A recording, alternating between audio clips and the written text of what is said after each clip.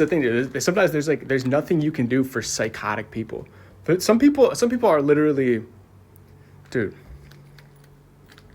This is really what it's the damnation of the self.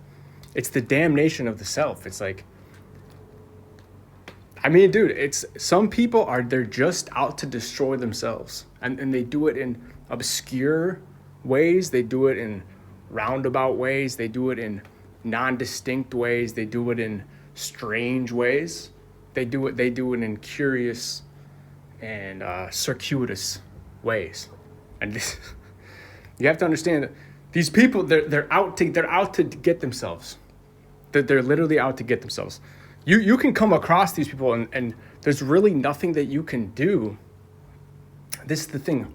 There's not really much saving them unless you're in a position where they're inside of your influence. Unless they're inside of your influence in some way, like if you're a coach or like a parent, or it's your spouse. That's why when it comes to men and women, it's so important for women to know that a man is not going to let them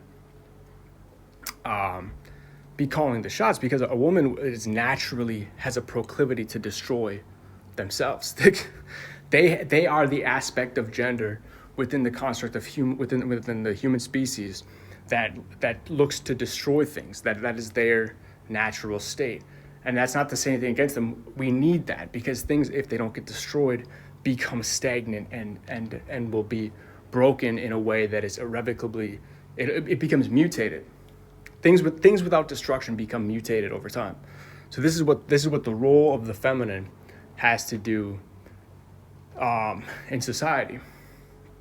Now, and this goes to the point that if a man isn't able to correct this, it is essentially a damnation unto that person. Now, this doesn't necessarily apply in the society at large, although the role to be played within the context of the society is at the level of the structural, is at the level of belief.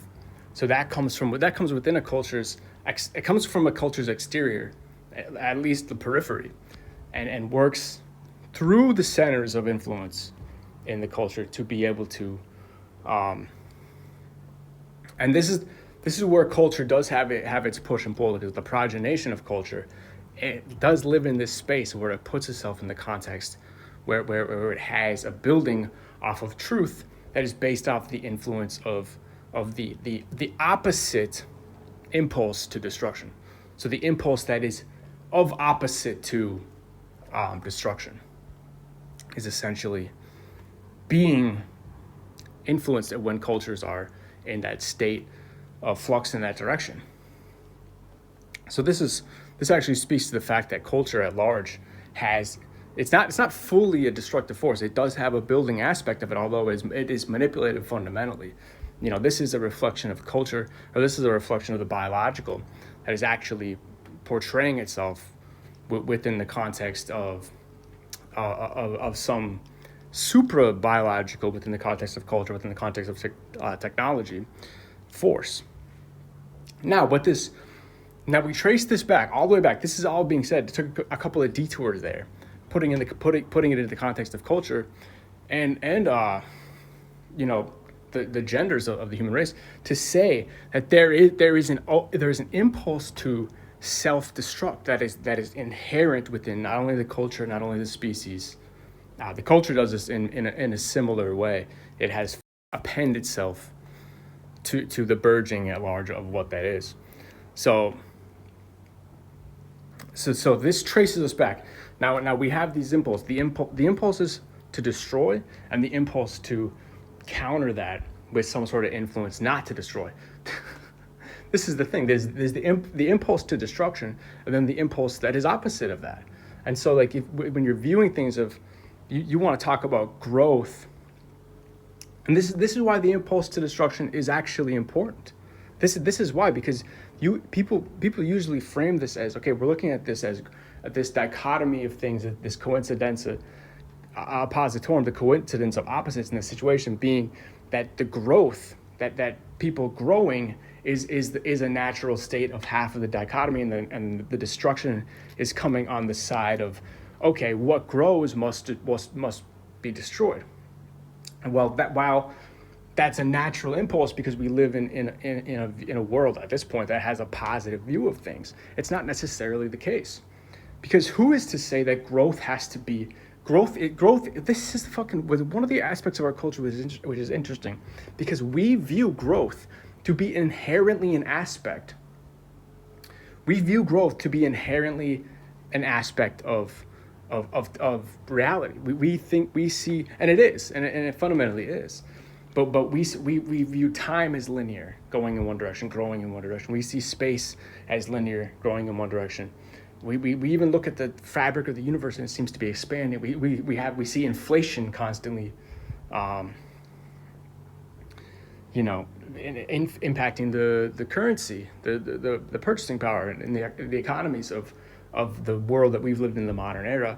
We view a life cycle as essentially one growth spurt and then the death, right? But that's not really the truth. It's actually more like you're growing towards some point in your life, and then from there an opposite force comes in and starts playing the destructive force.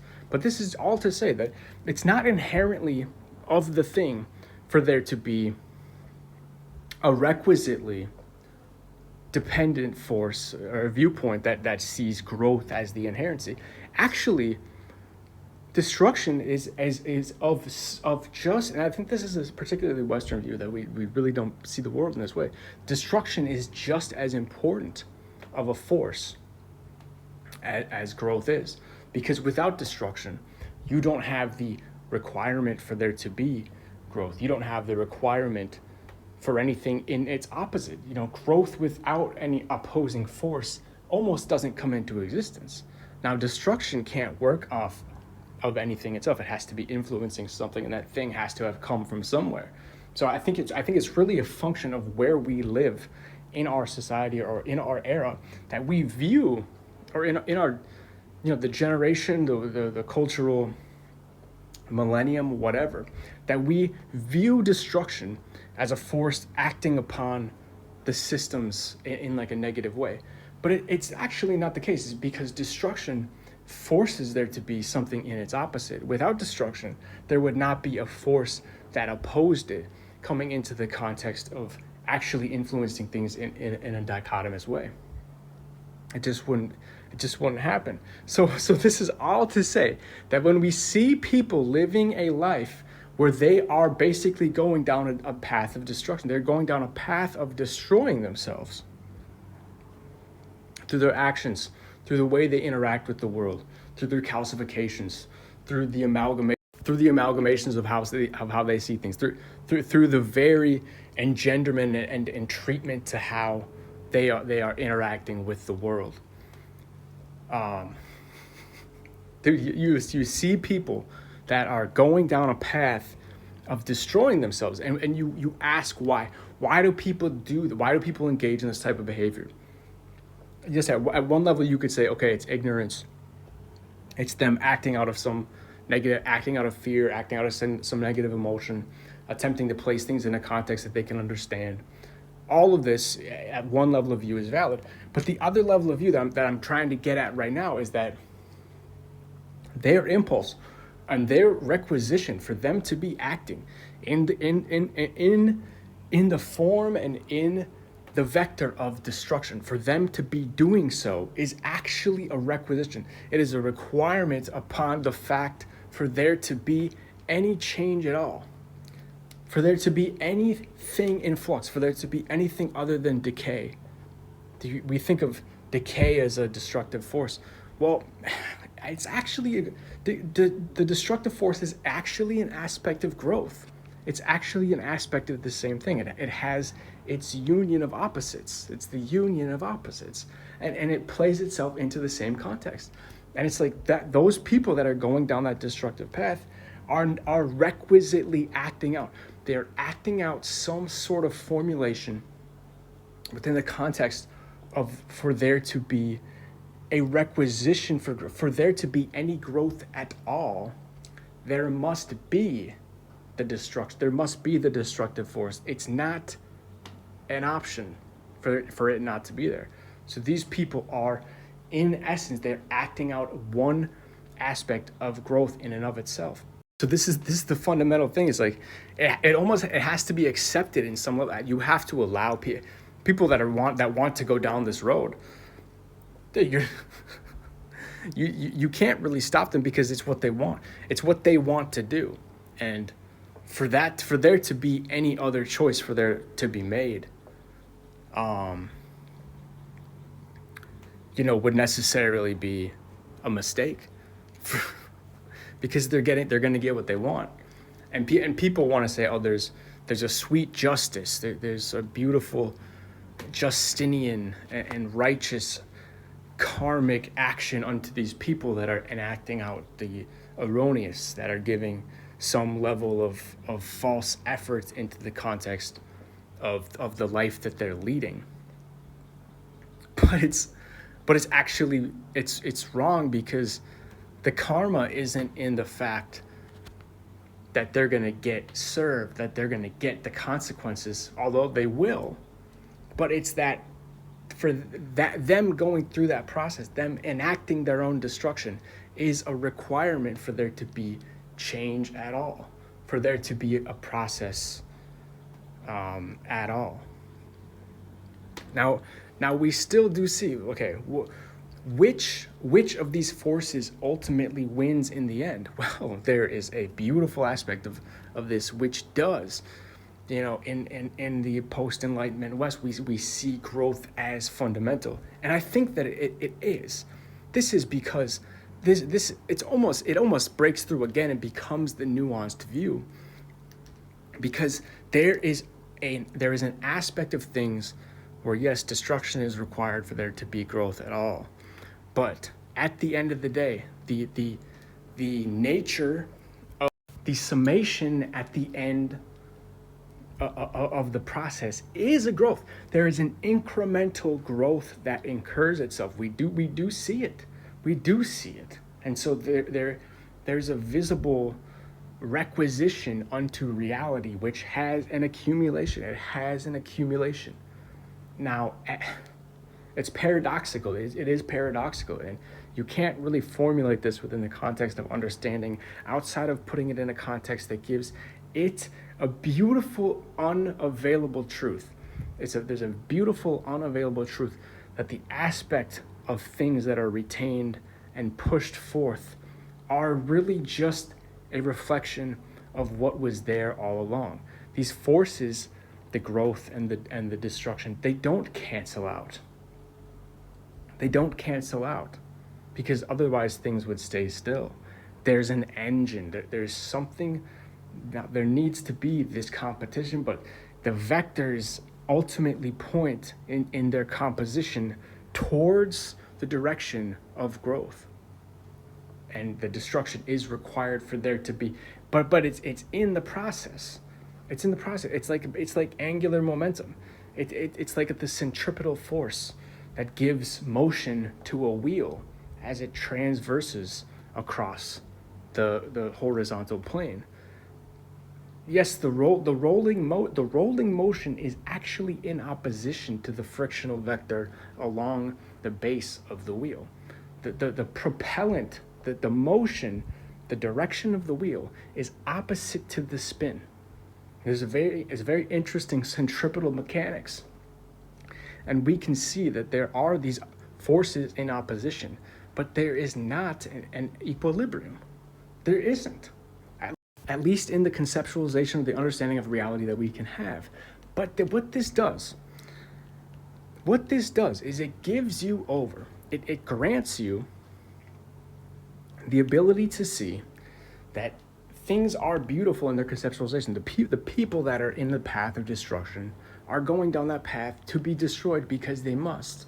But eventually they will transcend this destruction. And that's what I believe. It takes you all the way to what happens after death. It takes you all the way to the end of a life. Because when you look at the destructive force that goes on as the human life is withered away, is broken down by time and existence, you can see these things actually press on. these things actually press on. And there is a direction of motion. And I can't see in that context that there wouldn't be some progression beyond the grave, because the destruction of a life cannot result in an equilibrium of stasis, because that is not how the mechanics and it's not how the physics work. It is that there is a summation and a amalgamated set of equivalencies that do not cancel each other out, but they yet propagate. They yet propagate in a direction that has its own momentum.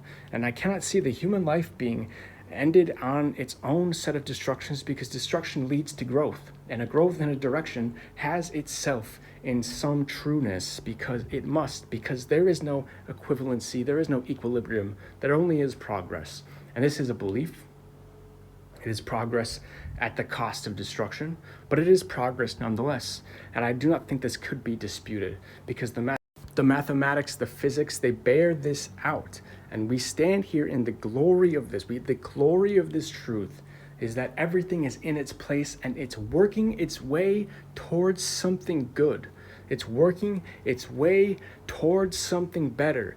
And we can stand and know through understanding and being in union and being in position to understand these truths that there is a righteous unfolding, there is a righteous becoming, there is a righteous reality that finds itself under every step that we take. And if we take a step backwards, it was because there must be one to be had. So we stand for those on the path of destruction today, and we understand that they are actually in a path forward into a new place, because they will pass through these lessons, they will pass through these trials and these intersections of the soul into a place where they do not have the ability to understand where they are, but we understand the Creator has us in His arms, and He has a plan that is righteous and is good in its conceptualization. And this is something that we must understand, because the view of a resultant, that vector that pushes itself along, that life has a reason to it, that there is a story unfolding, and it cannot be understood without understanding the good, the bad, and the overall truth and lesson that it provides, is that things are working towards something better. And in this we believe, but we also observe. And the observation is as important because it bears itself out. The mathematics is clear. There is something more to be gained by life's trials. And this is to be believed, but also to be observed. It is to be observed. And this is how we see this as truths indivisible unto man and granted unto man by the